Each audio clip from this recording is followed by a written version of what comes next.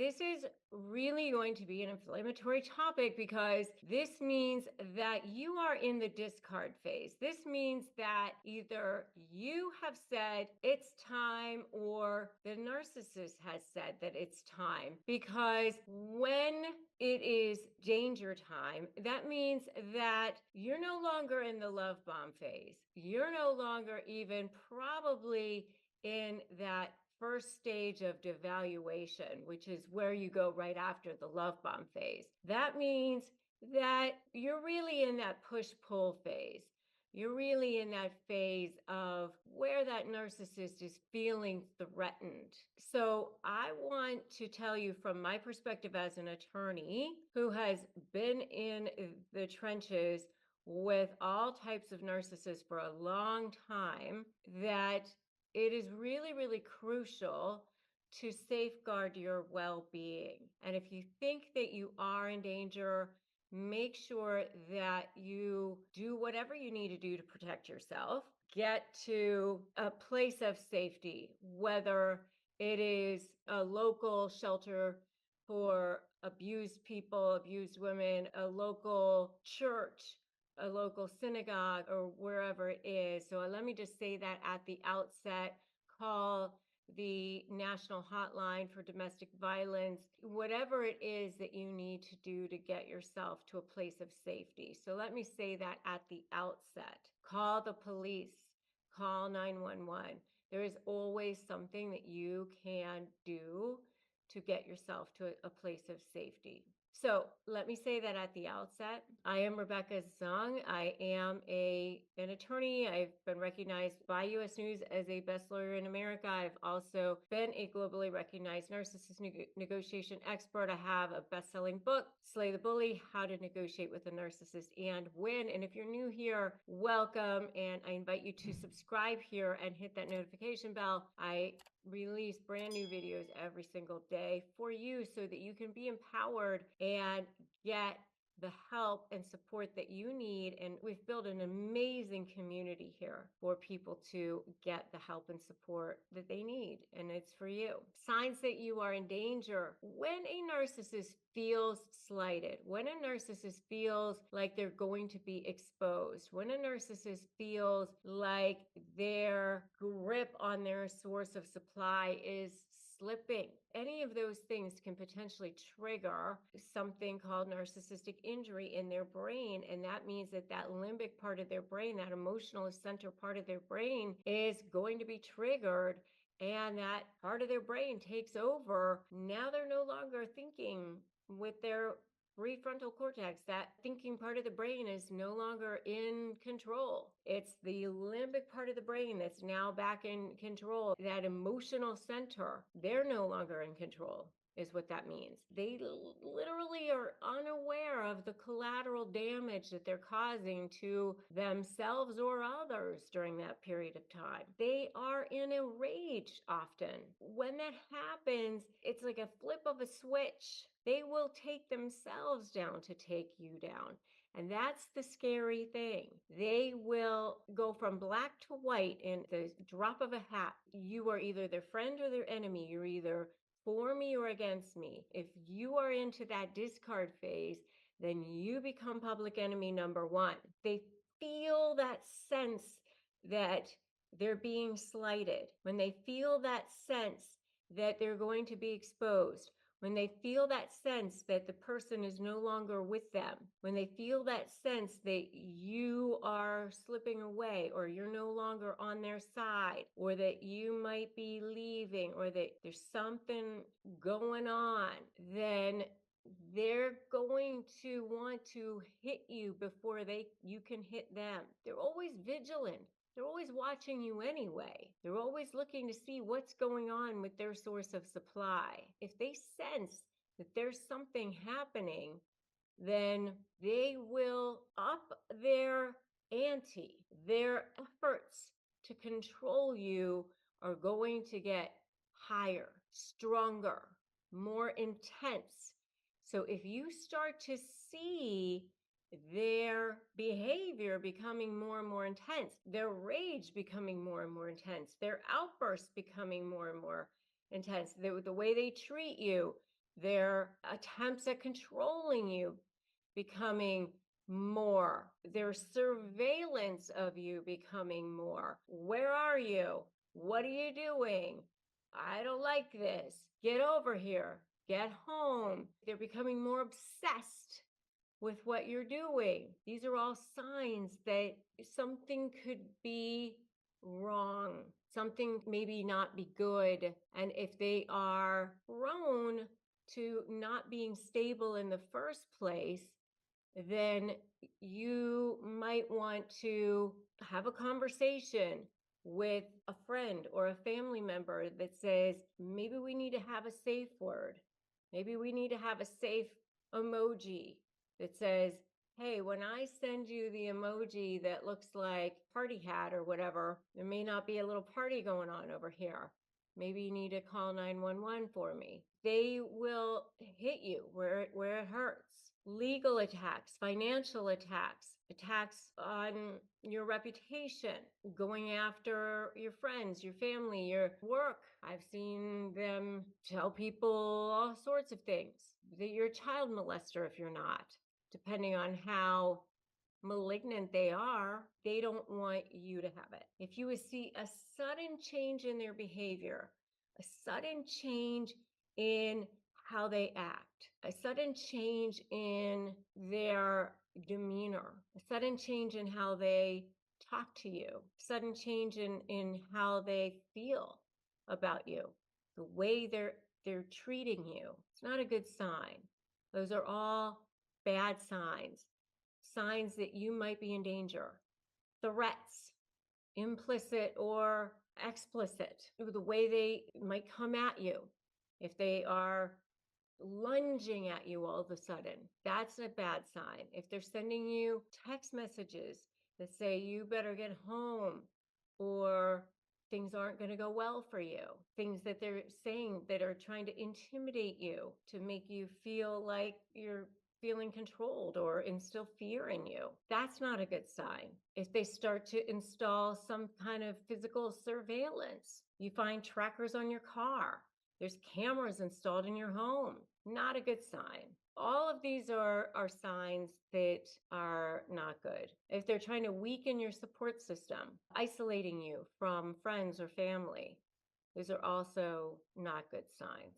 If they actually do engage in some sort of domestic violence, it's obviously not a good sign. What can you do? Lean on trusted friends and family for support. Make sure people know what's going on. Document everything, whether it's a notes app in your phone in real time, you are keeping track in a journal, making sure you text, email, whatever you need to do. Photographs, witnesses. Don't go places alone. Set firm and clear boundaries with the narcissist. Always demand a level of respect. Put that invisible shield down around you. If this is resonating for you so far, give me a yes, it is in the comments so far. If it's appropriate for you to start interviewing attorneys, then go ahead and start doing that. If that's the type of situation that you're in and that's something that you need to do, then go ahead and do that. Gathering financials, gathering a stash of cash if you need to. Those are all things that you might need to think about depending on your situation. Self-care is so important also. Taking care of yourself, taking time to breathe, educating yourself, getting knowledge, doing things like this, watching videos, right? Talking to the right people, getting information. Knowledge is power. They thrive on, you're never going to see your kids again. You're never going to do this. A lot of times it's just so much crap. So let's kick off this with gaslighting. Gaslighting is one of the biggest manipulation tactics that narcissists use. All narcissists use it, whether they're covert, whether they're grandiose, whether they're the overt kind, whether they are the malignant kind. All narcissists use gaslighting to manipulate you. I'm Rebecca Zung. I've been recognized by U.S. News as one of the top 1% of attorneys in the country. I've also written a best-selling book, Slay the Bully, How to Negotiate with a Narcissist and Win. And when I was doing my research, I saw that gaslighting is one of the most insidious types of tactics that narcissists use to doubt your reality and help. And it makes you doubt your perceptions and even your sanity. They might say things like, you're too sensitive, you're overreacting.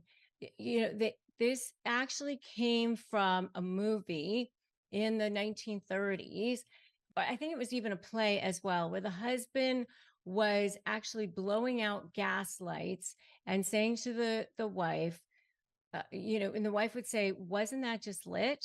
And the wife would say, "Wasn't that just lit?" And the husband would say, "No, no, it wasn't." And like literally was making her doubt her reality. And that's what it is. There has a huge psychological impact.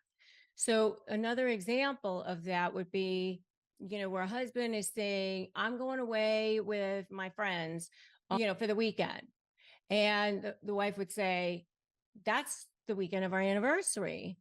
And the husband would then realize, "Oh, I totally screwed that up." And so realizing that, he would turn around and say, "Oh, well, we talked about that and you agreed. Don't you remember?" Because he's, just trying to cover his tracks. And she would be like, "We never had that conversation." "Oh, yeah, we talked about that and you agreed." I mean, that's the kind of thing that they do to just try to cover themselves. They just quickly on their feet push it back on the other person so that to try to make them think they're crazy. They're really, really good at that sort of thing. And it's a very subtle art form, but they're excellent at that. "Oh, you didn't let me finish my sentence. I was just about to say blah, blah, blah." And, that's another very typical kind of thing that they'll do, just to make you think you're the one who's crazy, to kind of change their story all the time. I always say it's sort of like trying to catch a fish, trying to hold on to it, but it always sort of slips out of your hand, right? Because you can never quite grasp them. So it's a very, very difficult art to grasp, but they're excellent at it. It's like they're artists in a way, but it's designed to make you think you're crazy.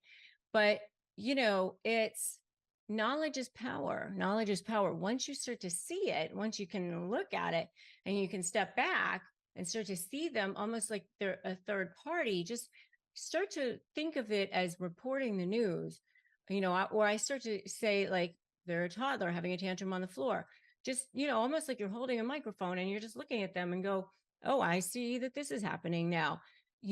Knowledge is power, right?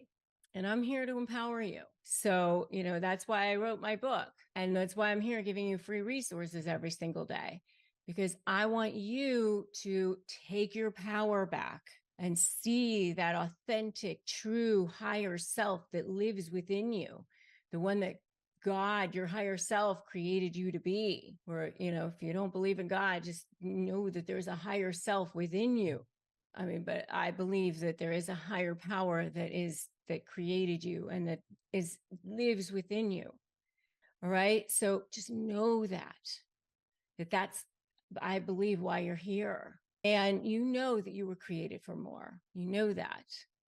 So the next one is another way that they train you to be suppressed is undermining your achievements. Well, that's pretty good, but I mean, other people have done better. Sure. Or I helped you get where you are. I mean, anyone could have done that. I mean, I had a bigger role in helping you. Well, that's, not that great of a thing. I mean, what are you doing? You're just doing some crafts, or you're just whatever. I mean, like they'll belittle whatever it is that you're doing. They don't make it like it's that big of a deal. He wanted to jail once, or he, whatever it is. I mean, they'll look at whatever it is that you're doing and find some way to belittle it in some way. Okay. So understanding how they undermine you and your achievements empowers you. Let it be your power. Use that. Turn around and say, you know what? Say underneath your breath, you know what, buddy? I haven't even started yet. I haven't even started yet. You see that? It's just the beginning. Resist the suppression. Know that it comes from their jealousy. Their opinion doesn't matter. Take the opinions of people who matter. Rumi said, set the world on fire, seek those who fan your flames. Look for people who are going to throw logs on your fire, not throw water on it. The next thing they do is they isolate you from support. They say, oh, no one else loves you. Only I do. That your family members, they think you're crazy. That person, they don't really care about you. Oh, you're better off without them. Recognizing that type of tactic, it's crucial, because you need to maintain a support system and resist being isolated. Go do things with friends. Go join book clubs or whatever it is. And by the way, I have a support group, Narcissist Negotiators with Rebecca Zung. It's a huge support group, and make sure you check that out. And also, I have phrases for disarming narcissists, for effectively disarming narcissists, disarmthenarc.com.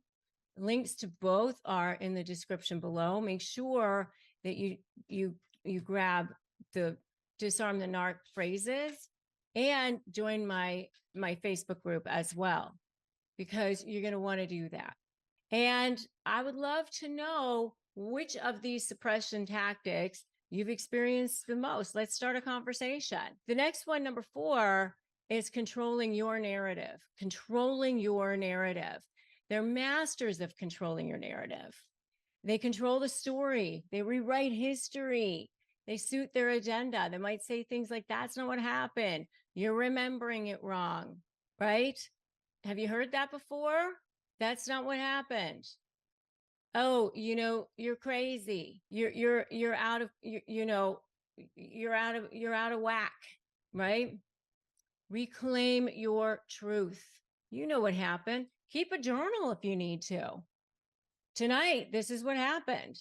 Recount it. Put it in your phone. Resist the narrative that they impose. Resist. Next thing is they create dependency on them. It's another way they train you to suppress. You can't do this without me. You need me to succeed, right?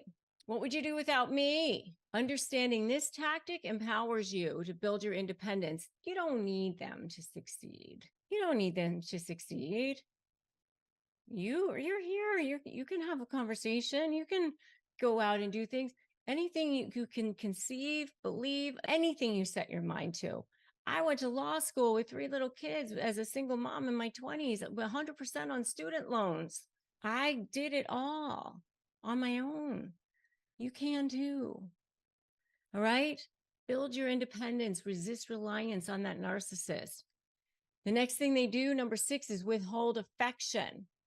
They use affection as a tool for control, even sex, by the way. They withhold love, they withhold approval, they withhold sex. It makes you compliant. It's a way of saying, you know what, you don't deserve my love right now.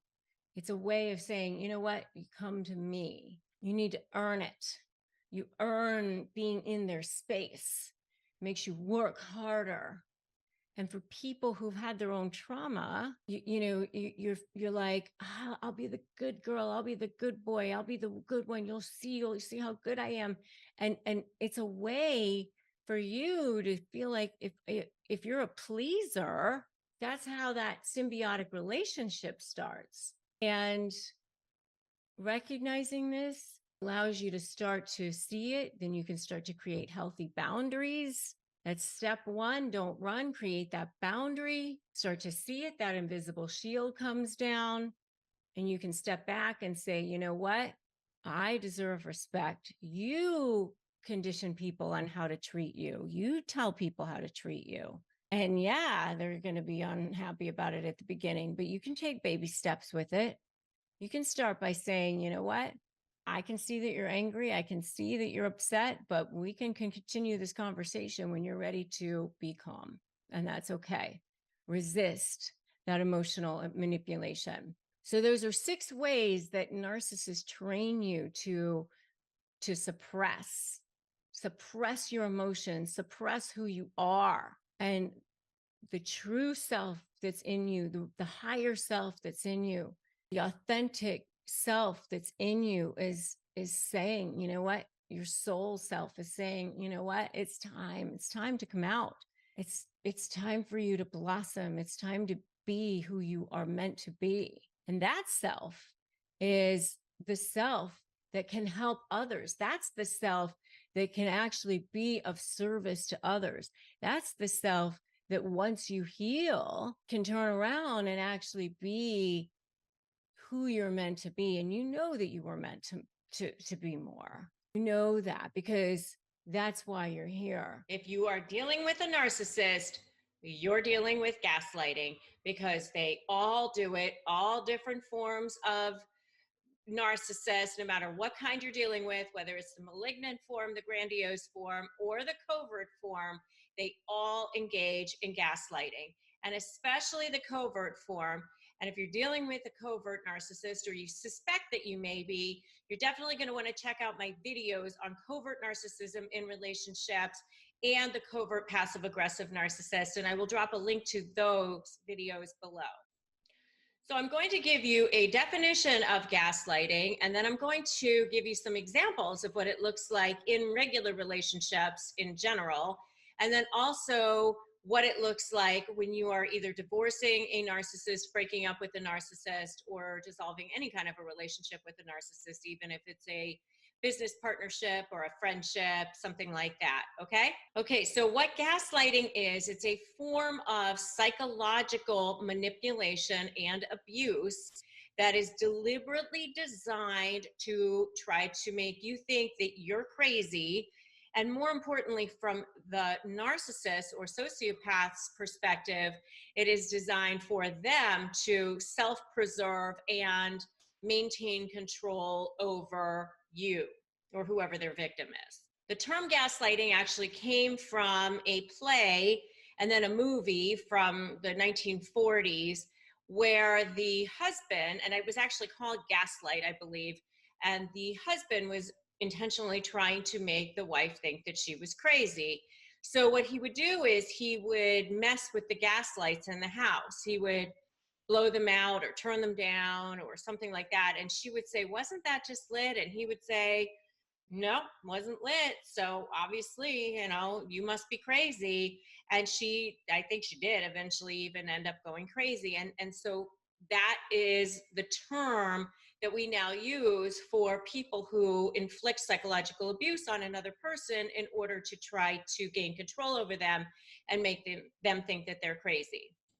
And as I said, it's especially a favorite tactic of covert narcissists because it's a really under the radar type of abuse. It's not overt abuse. It's not physical abuse. It's not it's not outwardly calling someone a horrible name. It's not calling them stupid.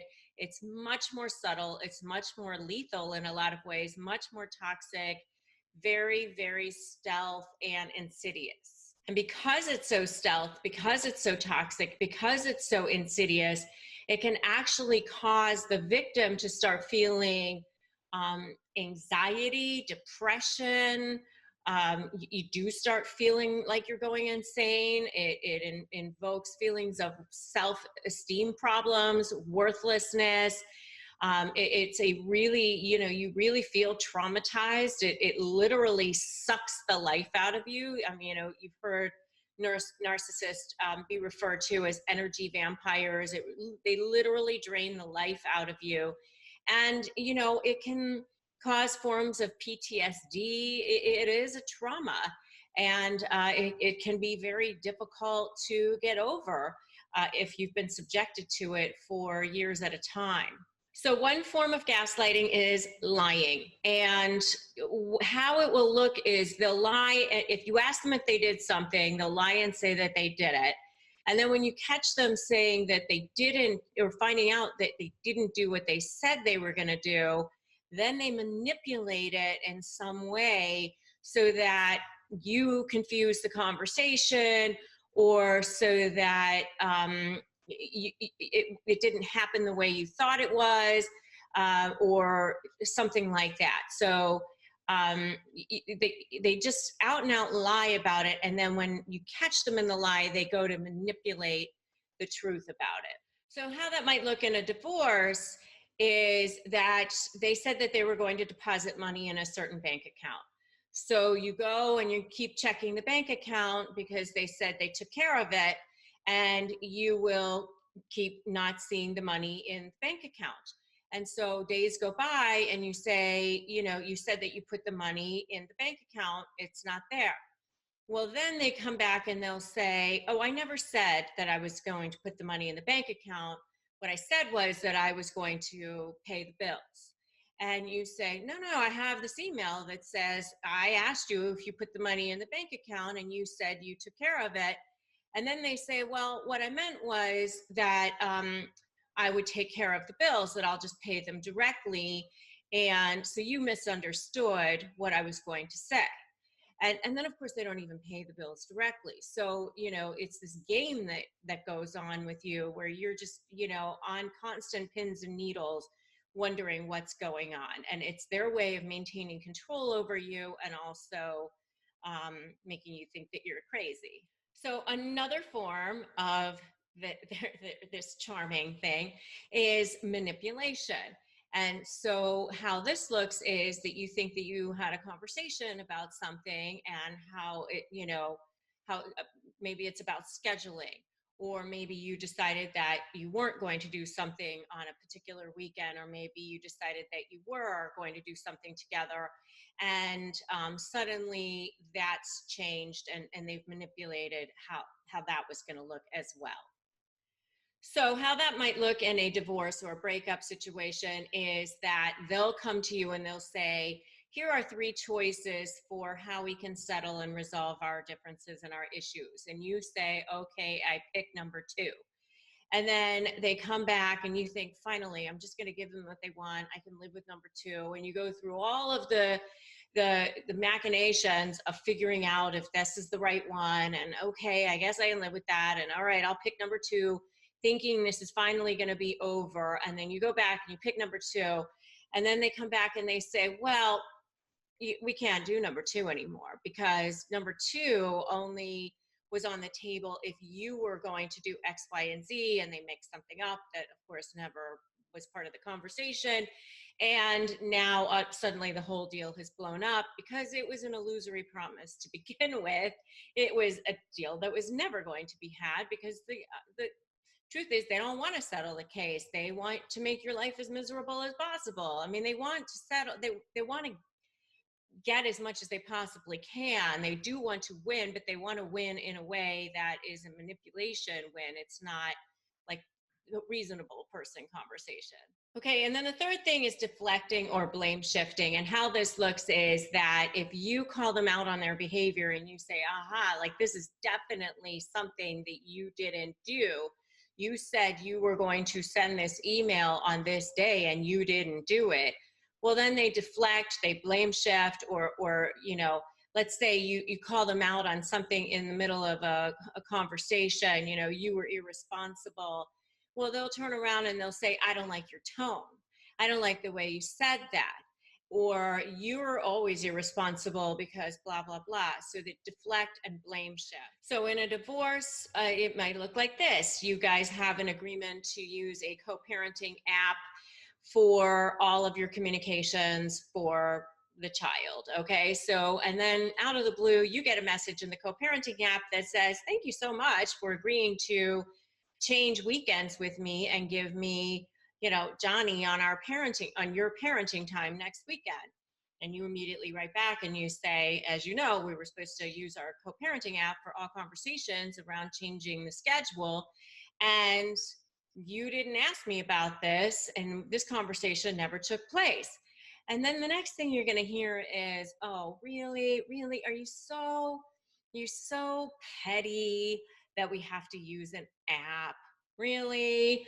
I mean, I guess if you're just that petty and you're that immature that you can't just have a regular conversation, that we have to use the app for everything, and suddenly it becomes your fault. If you are so ready to be done with these games, give me an I'm ready in the call. Really? Really?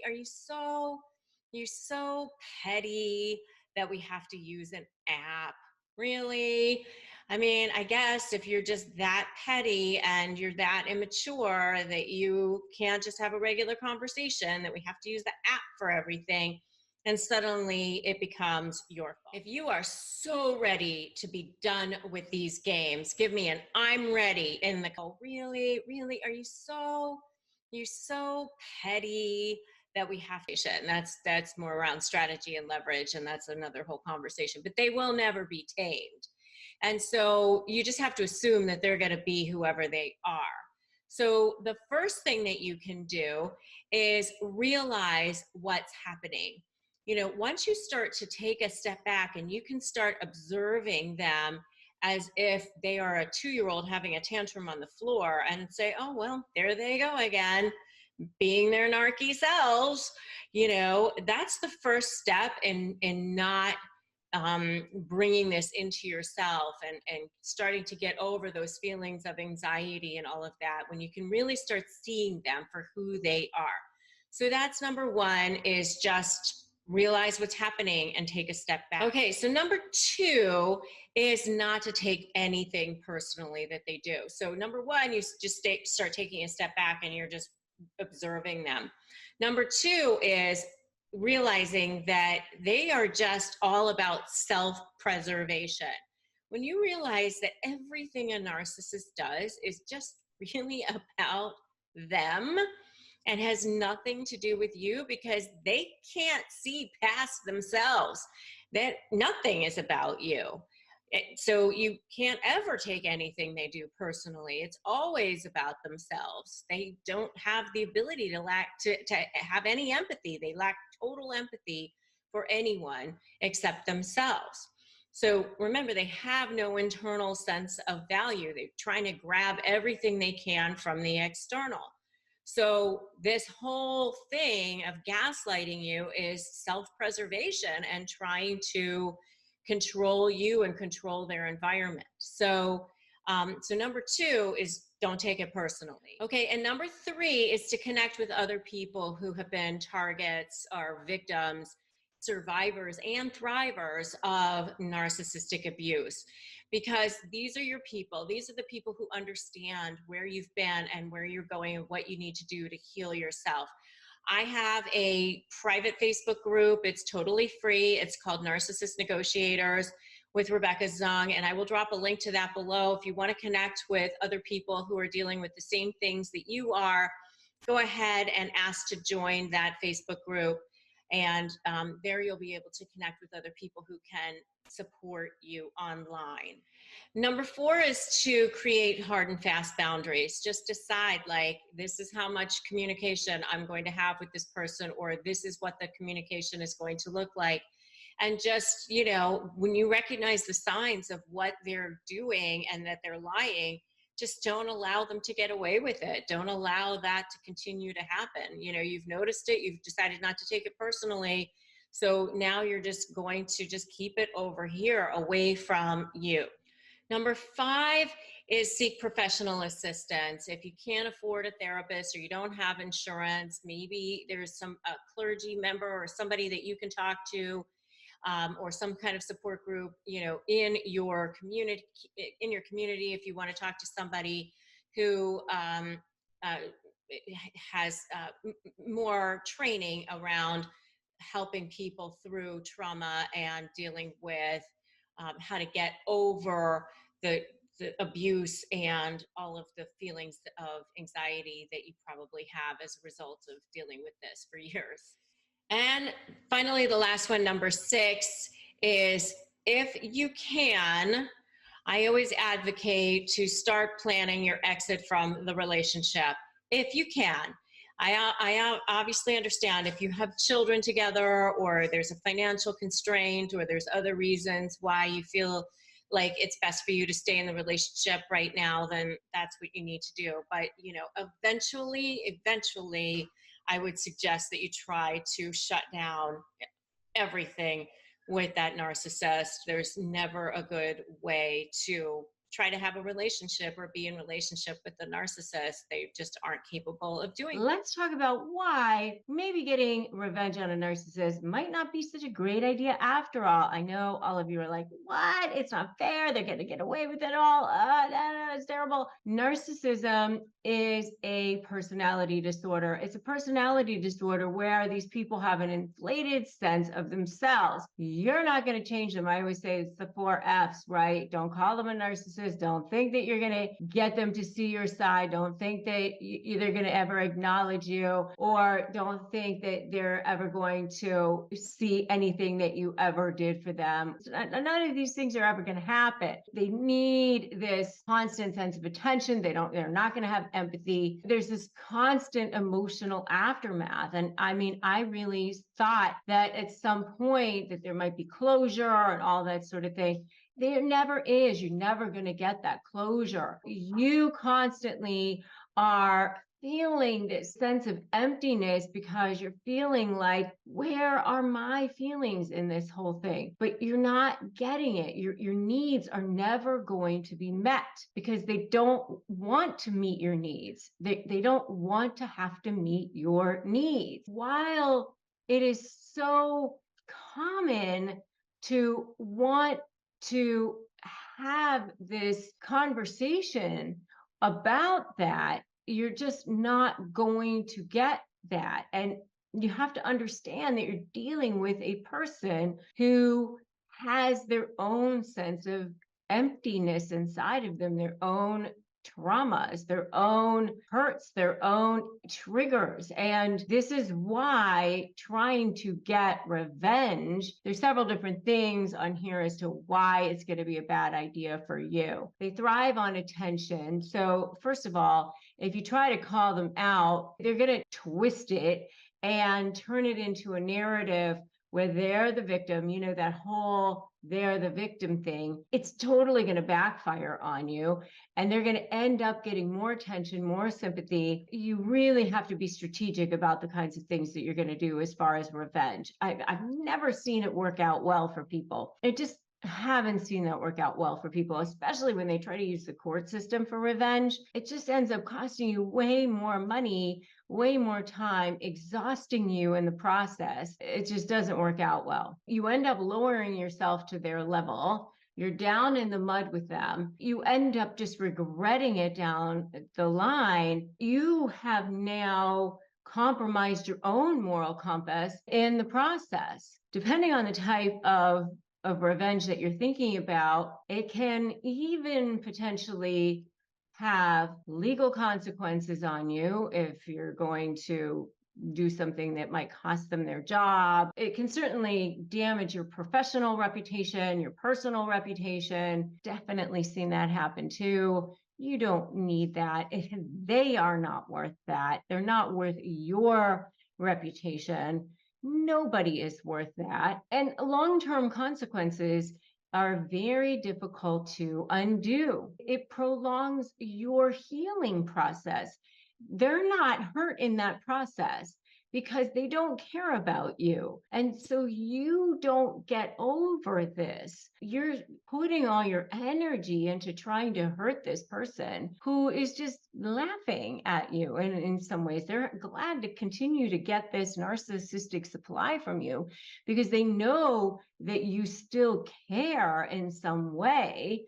And yet you're not getting back at them. They're not feeling it the way that you think that they're feeling it because you're not hurting them the way that you're hurting. They're just getting that supply. It's not allowing you to move forward. It's not allowing you to heal. It's not allowing you to start building new relationships, forming healthy, healing relationships. It's not allowing you to have time for introspection and the things that you need to do to get better. If this is making sense, give me a yes in the comments. Give me a yes in the comments if you know that this is making sense and this is something that is resonating with you. And by the way, if you need to get more connection with others and you need more healing, join my free private Facebook group, Narcissist Negotiators with Rebecca Zung. And by the way, if you need access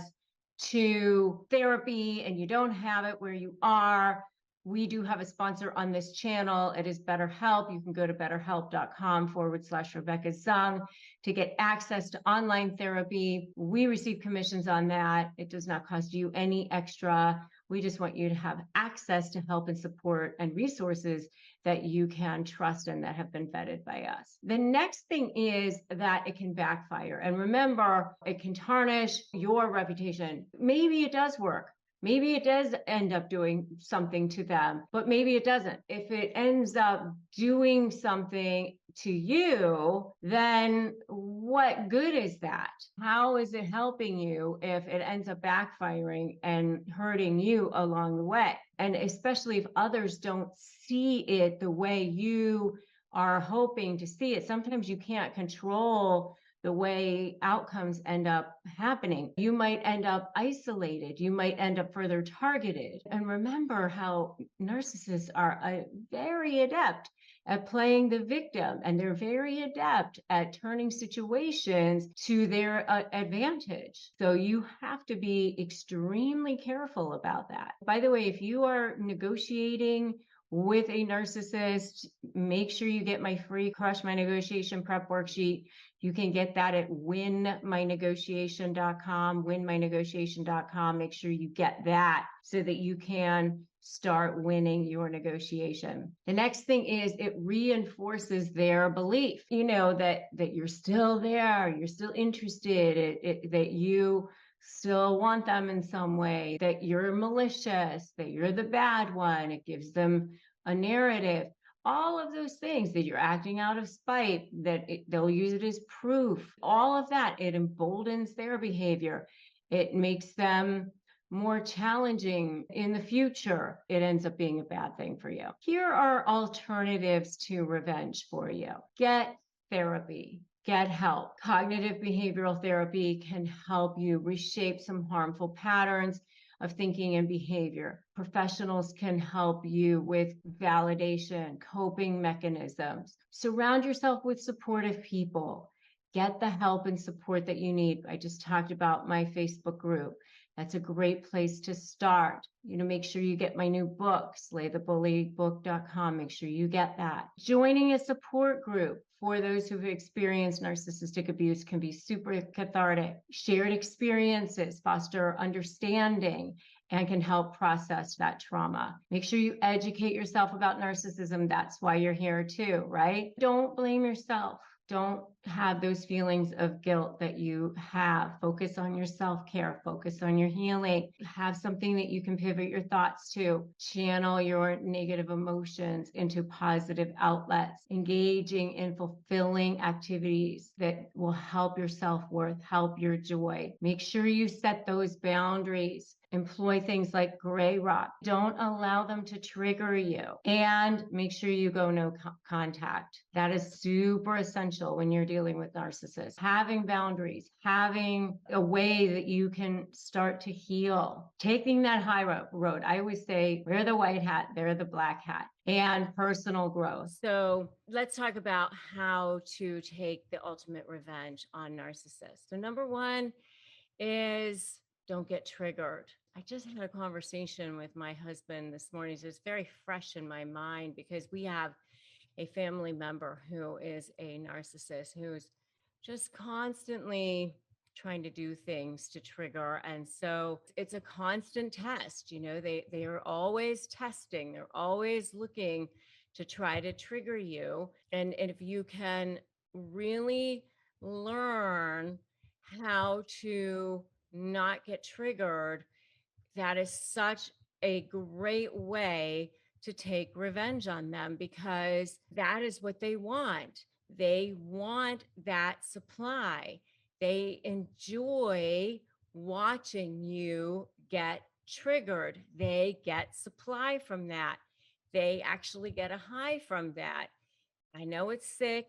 I know it's twisted.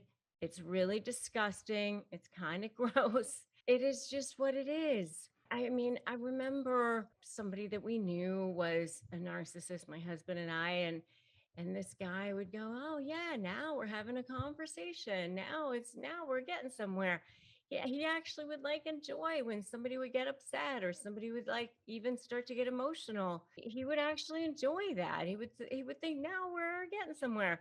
But that's how it is with them. So number 1 is don't get triggered. Number 2 is closely related, but it's even a little bit further. And so number 2 is don't take the bait. Don't actually just like, not only don't get triggered, but don't even go there. Don't get into that conversation. Not only don't get triggered, but don't get into the mud. Don't get down and dirty with them, because when you do that, that's when you are potentially giving them fodder, giving them evidence, giving them potential trial exhibits, doing all sorts of things that could potentially get you into trouble that they can potentially use against you. Because remember, when you are litigating with a narcissist, it's almost like getting arrested. Anything you do or say could potentially be used against you. Remember that. And remember, anything you put your hand to is a potential trial exhibit. So that's number 2. Number 3 is stand your ground on the offers. So, so important. They're really used to getting their way with you. Sometimes years conditioning you. They knew how to condition you. They checked to see if you were going to be a good form of supply early on. They worked on you for a long time. They used the fact that you were a good person. They used the fact that you were an empathic person. They did things where they checked to see if you were going to get, say anything or do something about it. And then now here you are, and you're where you are at this point. By the way, don't beat yourself up over it. You are where you are. Wherever you are is the jumping off point. And wherever you are, you can turn it around. Now is where you turn it around. Now is where you shift the dynamic. So now is where you stand your ground. So number 3 is stand your ground. You made an offer in this negotiation. You stand your ground. And so number 4 is don't allow them to move the goalpost. This is one of the things they do often, is they move goalposts in the negotiations. And why do they do that? They get narcissistic supply from it, number 1. And they enjoy the process of intimidating you. People think narcissists just want to win. That is such a huge myth. They don't just want to win. They also enjoy moving the goalposts. They enjoy intimidating you. They enjoy watching you squirm. That's why these cases last so long. That's why they cost so much money. That's why it's really, really important for you to develop a strategy, to develop leverage, to anticipate, to focus on you. That's my slay methodology. You have to slay. And if you agree with me, put slay in the comments right now. Slay. That is what you're going to do. You are going to slay. And if you want to know more about why narcissists move goalposts, check out my video called Why Narcissists Move Goalposts. All right, number 5 is grab the opportunity when they are hoovering. So many times when all of this is going down, all of a sudden they're going to be super nice. Oh, wow, what's going on? They're being so nice all of a sudden. If they're hoovering, they're just going to try to see what's going on here. Let me try to be super nice. They start hoovering. Maybe that's an opportunity that you can get them to sign something. Grab that opportunity when you can. That's number 5. Number 6 is use your leverage, use it strategically. Again, part of my slay strategy. So that's number 6. Number 7 is never let them get away with anything ever. You have court orders, they violate them, file that motion for contempt, motion to compel, whatever it is you need to do, file it right away. Number 7, that's really, really important. Number 8, get everything in writing. As soon as you get agreements, get it in writing, or follow up, confirmation text, confirmation email, whatever you need to do, make sure it gets memorialized somehow. Because if you don't, it never happened.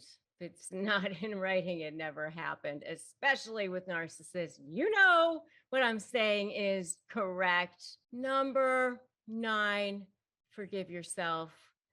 Please forgive yourself. Whatever happened, happened in the past. Narcissists are really, really good at what they do. They are absolutely the masters at manipulation.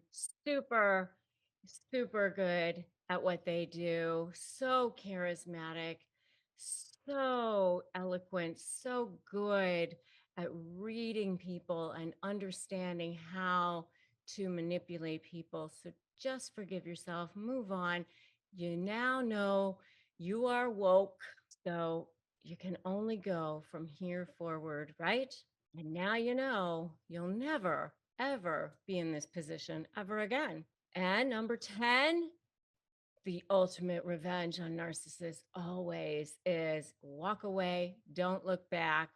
As I always say, wipe them from the CPU of your life. If you can do that, that is the ultimate revenge. If you can disappear them from your life, that is what they really, really don't want. And that is definitely the ultimate revenge. Honestly, and you know, that's something that I recently just talked about. The dopamine that goes back and forth, you know, between the love bombing and the devaluing. That's Right. what actually causes that trauma bond too. Well, exactly. Because we get addicted to the dopamine hit, and we're Exactly. constantly seeking it. And Exactly. and they're the supply. They are the supply of our They are dopamine. the supply. They have absolute power Absolutely. over our, over our effects. Exactly. And so you become addicted to them. That's And right. so between the dopamine and the cortisol, dopamine, cortisol, We're a you are mess. so destabilized. You are a hormonal mess. That's right. Because of That's right. Because of them. yes. Right. And it's so hard. But like, if, and this is why some of, what I talk about a lot, and I talk about in the book a lot too, is that I don't want to focus on them and what they're doing. And, Right. is he a narcissist? Is he just an asshole? Is it abuse? Like, I focus really, how do you feel? How do you feel in this relationship? Right? Do you feel destabilized? Do you feel like you're going crazy? Do you feel like you're always sick? Do you have brain fog? Right?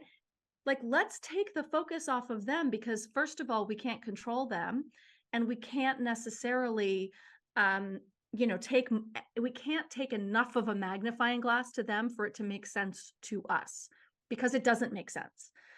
But what we can do is turn that on ourselves, and turn, put down the magnifying glass and pick up the mirror, as they say, and really look at, like, how do I feel in this relationship? And, often the narcissist or the abuser will say, well, you just feel that way because you're fucked up. Um, and ask yourself, have you ever felt like this in any other relationship? Have you, right? And sometimes the answer is yes, because we tend to choose, right? But I will say that the person I became in my marriage, I had never been that person. I'd never felt that way. I may have been in, like, messed up relationships and other narcissists and addicts and all of the things, right? Because that was my history and that was my trauma. And I had never felt like this. And I'd never felt like that since. So there's information there, right? Um, and I also look at the other people, I ask my people to look at the other person, like, have all of their relationships been like this? Because usually the answer is yes. Like, they have, like, a trail of destruction behind them. It's not you. Right. Right. And so when you're asking yourself that and you think, okay, what's the first step? Mm-hmm. Right. Okay. And now you think, oh, okay, I do probably have to get out of this thing, but it scares the crap out of me. Sure, it is. It's terrifying because they have made you believe that they are your air and water, and that in overt or covert ways, usually more covert, like you don't have anything without them. Mm-hmm. They've taken away your sense of self and self-esteem. So the first thing that needs to be done is that you've got to get into, trauma therapy, whatever you do, whoever you work with, whether it's a coach, whether it's a therapist, it has to be with someone who understands narcissistic abuse Totally. and is trained Which in it. is very rare. Very rare. And so you really want to make sure that, because, this is what, the sort of the legacy of couples therapy, right? Is that like, oh, we're going to take a neutral stance and it's both parties and blah, blah, blah, blah, blah. And abuse is not a relationship issue. It's not a communication problem. It's an abuser problem. So you need and I outline the work that I do with my clients in my book about really reconnecting with self, because we have lost it. We have completely lost our capital S self. And so there are steps that you can take. There are exercises that you can do that will help you reconnect with your sense of self, your capital S self. That is your authentic self. That is who you are at your core. And that's really important work. And I think that's the first step, really. And sort of once you start to feel stronger, right, you also have to disconnect from this person as much as possible. Now, sometimes you're doing, sometimes you need to do that work in order to recognize that you're in this toxic relationship, right? Because then it becomes wow, that doesn't fit, and you start to see a little bit more clearly. But with this like the trauma bond and the dopamine rush and all of the stuff, like you can't do the healing. You can't heal from the person who's traumatizing you while you're still being traumatized by them. 100%. But I will say, don't feel guilty. Don't feel bad about yourself if you're still in the relationship 100%. and That's right. and you feel like, okay, I can't get out of this. What do I do? I mean, what I say to people is, okay, the very first step is the very first boundary that you can create is, and if this is all you can do, this is a really good first step. And that is, you can decide today that you can be spoken to with respect. And that is a really good first step. Yeah. And you can't control whether they're going to speak to you with respect. No, right? but you can decide that you don't have to stay in the room. You can get up and say, what I say is just start looking at them as if they're a third, like a child having a tantrum on the floor. Start looking at them as if, and start observing their behavior to them. I can see that you're upset. I can see that you're angry. Just start observing their behavior to them. Put an invisible shield down around yourself and just like imagine that you have like Teflon on that, and just say, we can continue this conversation when you have calmed down. And you do not have to remain in a room when somebody is yelling at you, screaming at you, disrespecting you. You just don't. Right. Yeah. Yeah. And I think, when I say disconnect from the person, you can disconnect from them while being in a relationship with them. Yeah. You can detach yourself, and it's a really hard thing to do.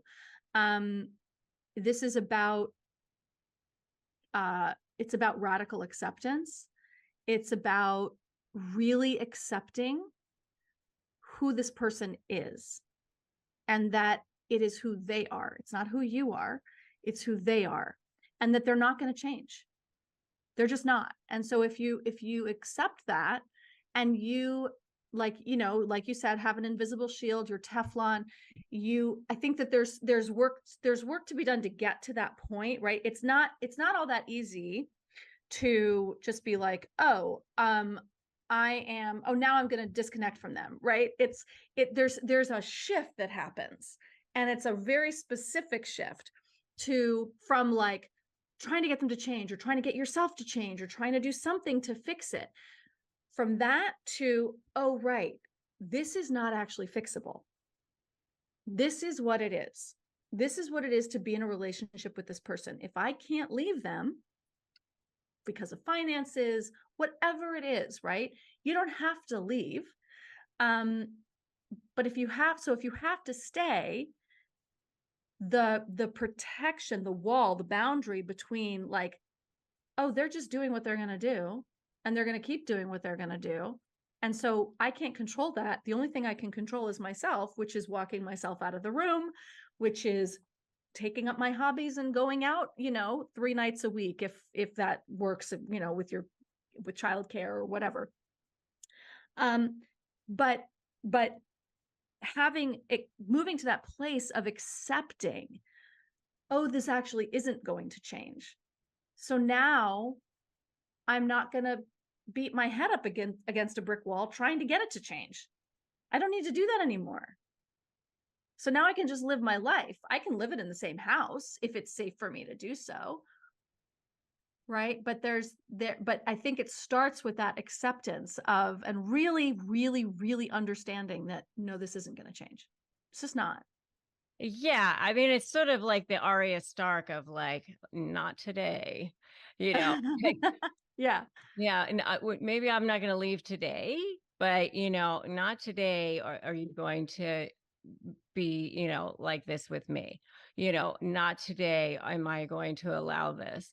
Mhm. It's just sort of like the baby steps of it. Just baby steps. Just Right. That's baby right. steps. And I feel like it's so much easier for people to just baby step it, because it's like, oh my God, I can't leave and I can't move it, and that way it's like, okay, but maybe someday you might, That's right. but just for today, Right. small, That's small, right. just start Mhm. looking at them as if they're a toddler having a tantrum on the floor. You're going to start seeing them in a different light today. Mhm. Just baby steps, baby steps. And taking each of those baby steps, like, if you can't leave, it's okay, but you can take those baby steps so that you don't feel stuck or stagnant, Yeah. right? You can do things like have a consultation with an attorney. What Mhm. might things look like? You can start to reconnect with the friends and family that you may have been isolated from, Yeah. without, fear of reprisal. You Um, can, like, there's little baby steps that you can take that feel like you're getting your life back, so Yeah. you don't feel stuck. Yeah. Yeah. And you know what the difference is between that and the situation that you're in now is that you are making a choice. Mhm, Because at that point you're saying, you know what? I'm choosing today, instead of feeling completely stuck, mhm, right, I'm choosing to stay today. right. I'm I'm here because I choose to, Yeah, because exactly. that's part of my strategy. My Exactly. strategy, not because Exactly. I'm stuck, not because I'm manipulated, not because I have chosen Yes.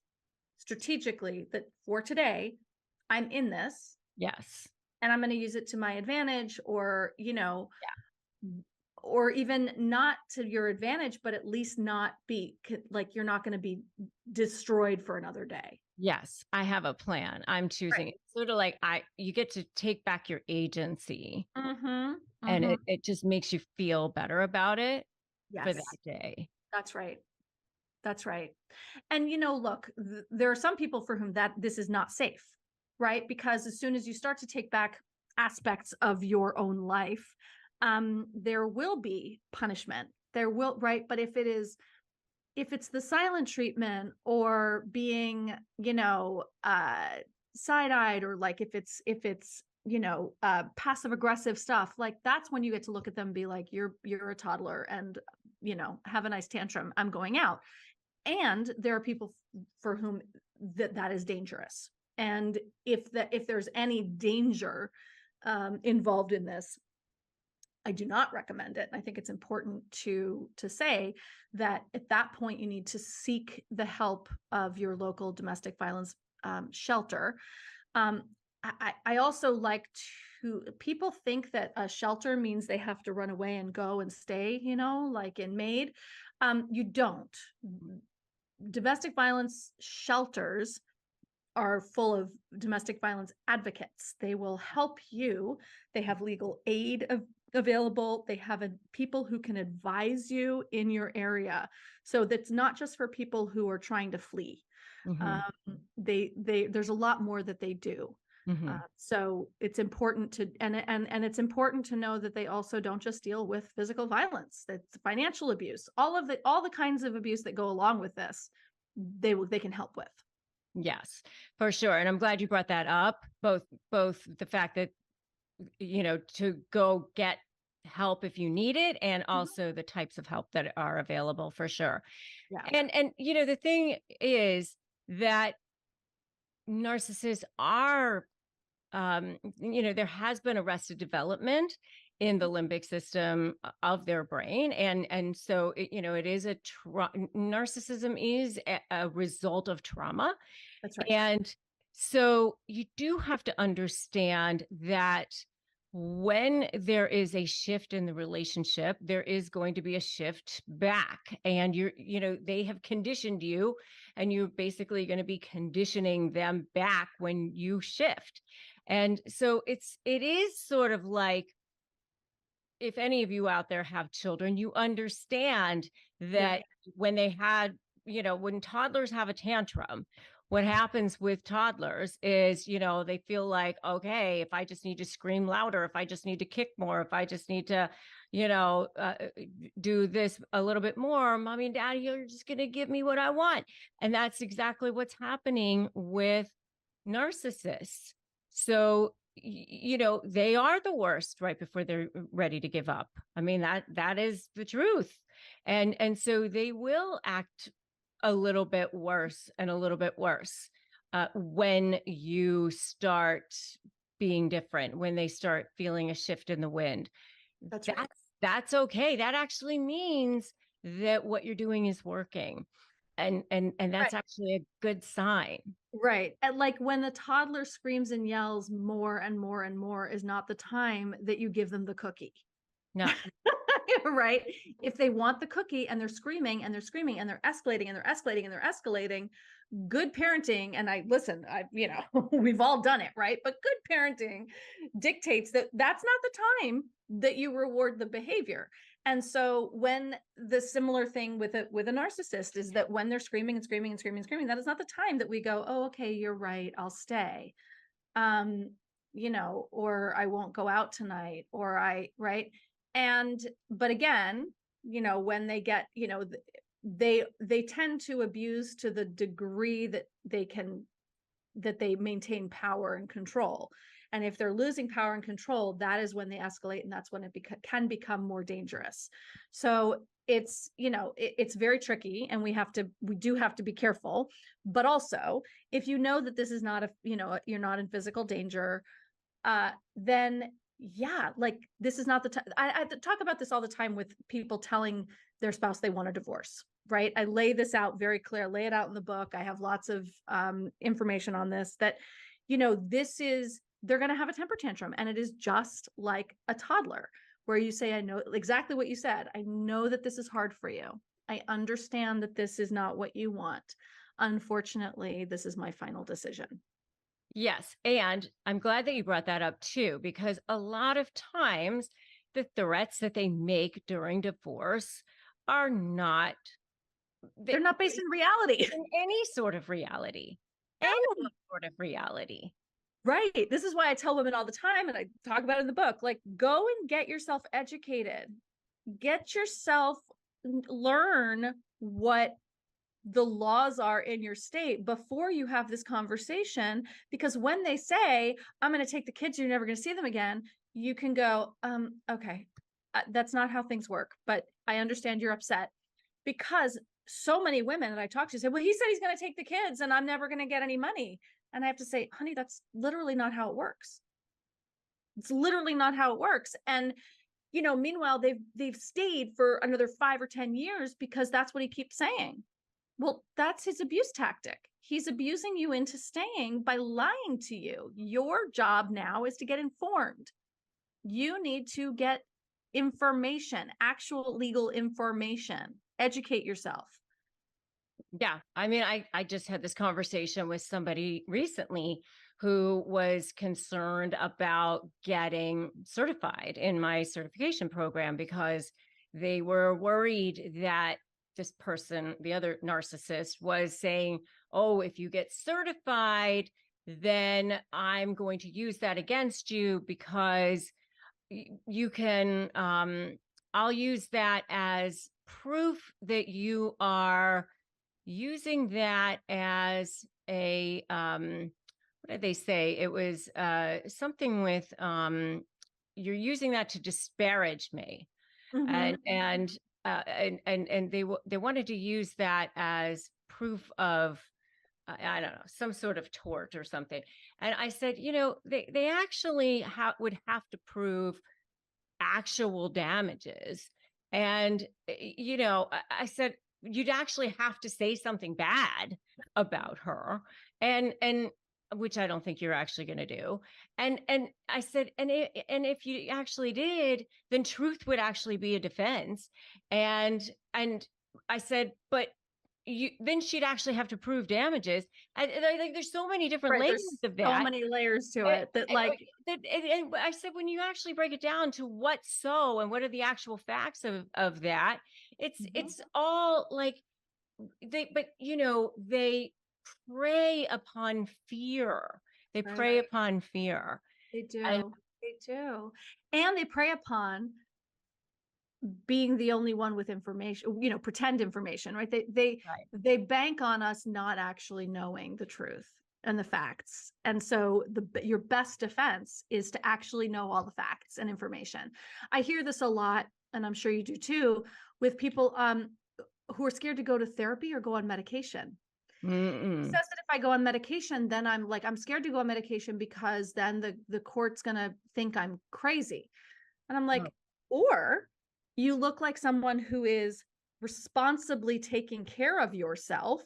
I was like, in today's day and age, like, we're not really not going to court over someone getting on, Zoloft or Lexapro or whatever. Lexapro, like whatever it is, right? Yeah. We're not like, that's not, judges like literally do not care about that. In fact, it looks like you are, but like, I don't want to go to therapy because then I'm going to go to therapy. You look good.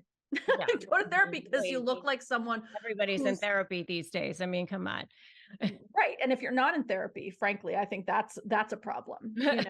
So, and also, there's the like, yeah, I need to be on medication because I have like I'm clinically depressed from the relationship I'm in, and I'm trying to get out of it. I mean, there's just so many things that, and the you're not going to get any money and I'm going to take your kids are just huge. Yeah. Yeah. Oh, I'm going to lose the house.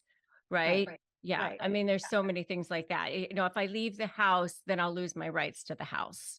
I mean, Right. I won't get any money I from won't get any money. It's abandonment of property. That's not what that means. no. Right? Like, Yeah. I mean, if your name is on the house, you still get your half it's of the house. marital property. It's marital property, period. If it's marital property, it's marital property. Exactly. Yeah. I mean, so I mean, there's so many things like that they say and that they scare people to death.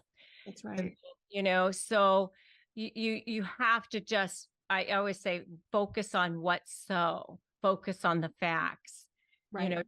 Don't listen to what they're saying. They want to scare you. They want to scare you. Right. And so just don't listen to them. Don't listen to them. And let me tell you, this is a thing that I say all the time. You knew that they were a liar during the marriage. They're certainly not going to start telling you the truth during the divorce. Right, right, exactly, I exactly. mean, come on. Insanity. It's insanity to think that the person you're divorcing who has been abusing you for years and lying to you for years is going to be giving you correct legal advice. It's going to be to your benefit during the divorce. Right. Not at all. Not at all. I mean, they're not on your side now. They weren't on Right. your side during the marriage. They're certainly not on your side during the divorce. Right. Exactly. Exactly. And it's, but it's so hard because of the gaslighting to separate, because their quote, their truth has been the truth for all these years.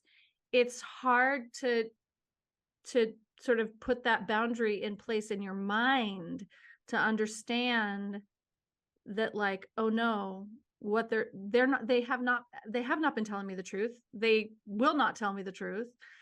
Um, their truth is not truth. And so it feels subversive and it feels scary to like go and like have a consultation with an attorney behind their back. Like, yeah, it is subversive and scary. And it's also necessary. What is a covert narcissist to begin with? A covert narcissist is very much a narcissist. It's just that they're better at hiding it in a lot of ways. A grandiose narcissist is the type that most people think of when they think of a narcissist.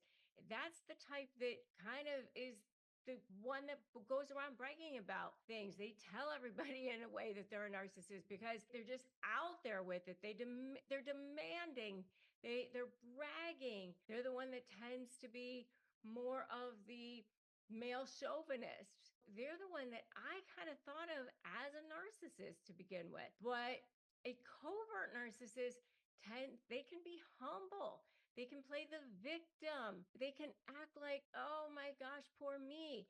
They can be downtrodden. But really, everybody else thinks that they're so good. They think they're so nice. They can be humanitarians. But just underneath the surface is this jealousy, this rage, this envy. And so the way it comes out is different than other narcissists. So they still feel that sense of emptiness inside. They still need an endless amount of narcissistic supply, just the same as any type of narcissist does, but the way they go about it is different. They are passive aggressive. As a lawyer, there's a term called clean hands, right? And I kind of think of them as the clean hands version of narcissists because they always try to keep their hands clean. So there's always this plausible deniability going on with them. They're the ones that are kind of clutching their pearls. What? Little old man.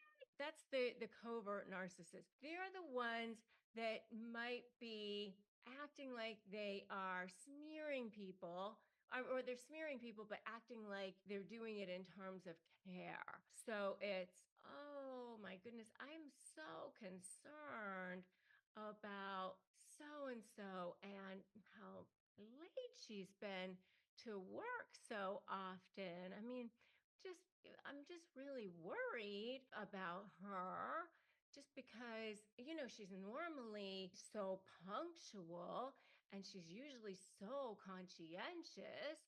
And I just am worried about how often she's been missing lately because that's just not her. And of course, this is a person who is probably vying for that particular job.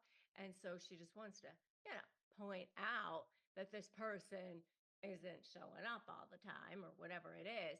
And maybe this person only missed once or twice. And maybe she knows exactly what's going on or whatever it is. And maybe she didn't even go to the person and say, hey, what's going on? Or whatever it is. Or maybe the boss already knows what's happening or whatever it is. But, they're just taking it upon themselves to insert themselves in the situation. Or maybe they're just kind of letting other people know what's happening so that the rumor sort of spreads around, that sort of thing. Or they might put it in terms of guilt. They might be guilting you. It's all about plausible deniability with them. It's all about death by 1,000 cuts. So that's their number one form. Their number one form is that subtle emotional manipulation, but almost like they're playing a game of chess, right? It's that cutting, that subtle little cutting. You just kind of know that it's happening, and you can't quite put your finger on it either, but you know that something is happening.